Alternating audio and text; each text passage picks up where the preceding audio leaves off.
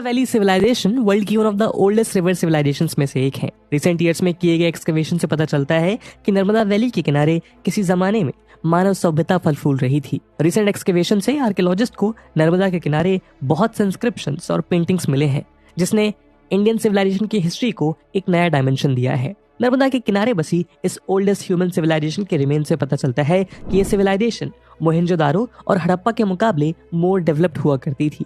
इन्हीं फाइंडिंग ने नर्मदा को लेकर आर्कियोलॉजिस्ट के बीच रुचि बढ़ा दी है। आज भी जब इंडिया की इंपॉर्टेंट रिवर्स की बात होती है तो नर्मदा का नाम प्रमुखता से लिया जाता है। ये सेंट्रल इंडिया के स्टेट्स मध्य प्रदेश और गुजरात में फ्लो होने वाली मेजर रिवर है। नर्मदा को रेवा के नाम से भी जाना जाता है। मध्य प्रदेश में इसके इमेंस कंट्रीब्यूशन की वजह से इसे लाइफलाइन ऑफ मध्य प्रदेश भी कहा जाता है। Narmada river north and south India के बीच एक ट्रेडिशनल बॉर्डर की तरह काम करती है। दोस्तों, आज के हमारे इस वीडियो डिस्कशन में हम नर्मदा रिवर की लॉन्ग जर्नी को डिटेल में जानेंगे, जहां इस वीडियो के माध्यम से हम देखेंगे कि नर्मदा कहां से ओरिजिनेट होती है और उसका एंड पॉइंट क्या है, किन किन स्टेट से गुजरते हुए ये रिवर अपना सफर तय करती है, इसका रूट डायरेक्शन क्या है। साथ ही हम नर्मदा की मेजर ट्रिब्यूटरीज के बारे में भी जानेंगे, वहीं इसके सोशल, कल्चरल और रिलीजियस सिग्निफिकेंस के बारे में समझने का प्रयास करेंगे। लेकिन आगे बढ़ने से पहले मैं दोस्तों, नर्मदा इंडियन पेनिनसुला की लार्जेस्ट वेस्ट फ्लोइंग रिवर है। ये मध्य प्रदेश के अमरकंटक माउंटेन रेंज से ओरिजिनेट होती है। ताप्ती और माही रिवर के साथ साथ नर्मदा पेनिनसुला की one of the major river है, जो ईस्ट टू वेस्ट डायरेक्शन में फ्लो करती है। यदि नर्मदा के ओरिजिन पॉइंट यानी उद्गम स्थल की बात करें तो ये नर्मदा कुंड नाम के छोटे से रिजर्वायर यानी जलाशय से ओरिजिनेट होती है, जो कि ईस्ट मध्य प्रदेश के अनूपपुर डिस्ट्रिक्ट में अमरकंटक हिल पर 1057 मीटर या कहें 3467.8 फीट की ऊंचाई पर सिचुएटेड है। नर्मदा देश की 5th लार्जेस्ट और गुजरात की लार्जेस्ट रिवर है। ये मध्य प्रदेश, महाराष्ट्र और गुजरात के थ्रू फ्लो करती है और गल्फ ऑफ कैम्बे में जाकर मिलती है। नर्मदा रिवर की total length from source to sea 1312 kilometre है, जिसमें से 1079 किलोमीटर का डिस्टेंस ये सिर्फ मध्य प्रदेश में पूरा करती है। इसके आगे ये रिवर मध्य प्रदेश और महाराष्ट्र के बीच 35 किलोमीटर का कॉमन बॉर्डर और फिर महाराष्ट्र और गुजरात के बीच 39 किलोमीटर की सीमा बनाते हुए आगे बढ़ती है। इसके बाद ये नदी गुजरात में अपनी अंतिम 159 किलोमीटर तक की जर्नी पूरी करती है। संस्कृत लैंग्वेज में नर्मदा का earth the giver of pleasure होता है। Narmada basin 98,796 square kilometre area में फैला हुआ है। इसका दायरा मध्य प्रदेश, गुजरात, महाराष्ट्र और छत्तीसगढ़ में है, जो कि देश की टोटल ज्योग्राफिकल एरिया का नियरली 3% है। इसके रिवर बेसिन की मैक्सिमम लेंथ 923 किलोमीटर और विड्थ 161 किलोमीटर है। ये नॉर्थ में विंध्यास, ईस्ट में माइकला और साउथ में सतपुड़ाज और वेस्ट में अरेबियन सी से घिरा हुआ है। अगर नर्मदा के ड्रेनेज एरिया की बात की जाए तो इसका सबसे बड़ा ड्रेनेज एरिया मध्य प्रदेश में मौजूद है। एमपी में नर्मदा का total drainage area 85,859 square kilometre का है, जबकि महाराष्ट्र में ये रिवर सिर्फ 1538 स्क्वायर किलोमीटर के ड्रेनेज एरिया में फैली हुई है। वहीं गुजरात में ये 11,399 स्क्वायर किलोमीटर है। नर्मदा रिवर की टोटल 41 ट्रिब्यूटरीज है। इसमें 22 लेफ्ट बैंक और 19 राइट बैंक ट्रिब्यूटरीज हैं। रिवर की मेजर लेफ्ट बैंक ट्रिब्यूटरीज का नाम है बर्नर, बंजर, शेर, शक्कर, दूधी, तवा, गंजल, कुंडी, गोई और करजन। वहीं इसकी मेजर राइट बैंक ट्रिब्यूटरीज हैं हिरन, तेंदुनी, बारना, कोलार, मान, उरी, हथनी और ओरसांग।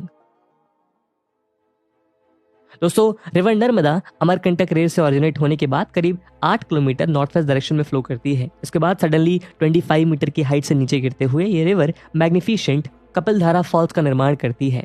डिंडोरी डिस्ट्रिक्ट में पहुंचते पहुंचते नर्मदा में तुरार, सियोनी, मछरार और छकरार जैसी रिवर आकर मिलती हैं। अपने सोर्स से 140 किलोमीटर फ्लो करने के बाद नर्मदा वेस्ट डायरेक्शन छोड़कर साउथ की ओर मुड़ जाती है और मांडला और रामनगर के बीच करीब 25 किलोमीटर तक साउथ ईस्ट डायरेक्शन में फ्लो करती है।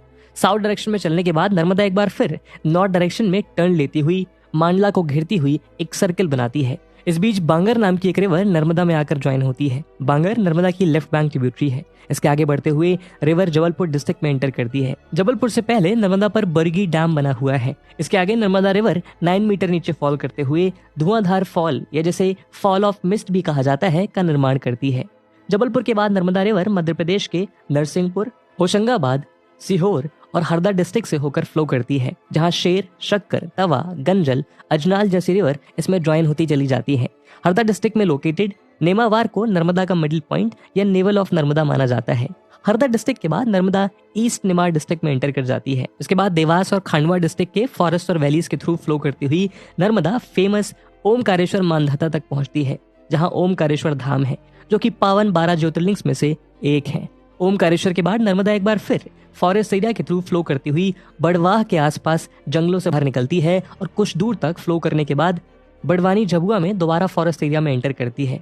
इसके बाद झबुआ डिस्ट्रिक्ट के आगे नर्मदा मध्य प्रदेश से बाहर निकल जाती है। इस तरह यह अमरकंटक में ओरिजिनेट होने से मध्य प्रदेश छोड़ने तक 1079 किलोमीटर की डिस्टेंस कवर करती है, जो कि इसकी टोटल लेंथ 1312 किलोमीटर का लगभग 82.24% है। मध्य प्रदेश से बाहर निकलने के बाद नर्मदा मध्य प्रदेश और महाराष्ट्र के बीच 35 किलोमीटर की कॉमन बाउंड्री फॉर्म करते हुए फ्लो करती है। इसके बाद महाराष्ट्र एंड गुजरात के बीच 39 किलोमीटर तक सीमा बनाते हुए आगे बढ़ती है और अंत में गुजरात में 159 किलोमीटर तक की जर्नी पूरी करती है और फाइनली बहरूच के पास अरेबियन सी के पास गल्फ ऑफ कैम्बे में मिल जाती है। दोस्तों, Narmada river irrigation and hydroelectric power generation के लिए वाटर का एक इंपॉर्टेंट सोर्स है। नर्मदा रिवर पर कई इंपॉर्टेंट डैम्स भी बने हुए हैं। इनमें गुजरात का सरदार सरोवर डैम और एमपी में Indira Sagar dam, Omkareshwar dam, Maheshwar dam, Bargi dam और जोबाद डैम मुख्य नाम है। दोस्तों, सनातन धर्म में जिन 10 नदियों की सबसे इंपॉर्टेंट मान्यता बताई गई है, उनमें से नर्मदा रिवर एक प्रोमिनेंट रिवर है। स्कंद पुराण में उल्लेख मिलता है कि भगवान शिव अमरकंटक में मैकल पर्वत पर तप कर रहे थे। उस समय उनका पसीना धरती पर गिरा, उसी से नर्मदा का जन्म हुआ। वहीं नर्मदा को भगवान शिव की पुत्री भी कहा जाता है। नर्मदा की इसी ख्याति की वजह से इंडिया की यह अकेली ऐसी नदी है जिसकी विधिवत परिक्रमा की जाती है, जिसे नर्मदा प्रदक्षिणा या परिक्रमा कहा जाता है। ये परिक्रमा अमरकंटक या ओमकारेश्वर से शुरू होती है और नर्मदा के दोनों किनारों की यात्रा वही पूरी की जाती है जहां से शुरू की गई थी। ये परिक्रमा 3 साल 3 महीने और 13 दिनों में पूरी की जाती है। दोस्तों, नर्मदा के इस पौराणिक स्वरूप को जानने के बाद आज के वीडियो को हम यहीं विराम देते हैं। और जैसा हमने वीडियो के पहले जो आपको कमेंट सेक्शन में आंसर करना है, and the question is read the following statements and choose the correct option regarding Narmada river. Statement A, it occupies a rift valley course. Statement B, it follows between Vindhyas and Satpuras. Statement C, Indira Sagar dam और Narmada is in Gujarat. Statement D, Tendoni, Barna, Kolar, Man, Uri are its major right bank tributaries. Which option is correct? A and C are correct. Only B is correct. A, B and D are correct, or B and C are correct. And with this question, my friend,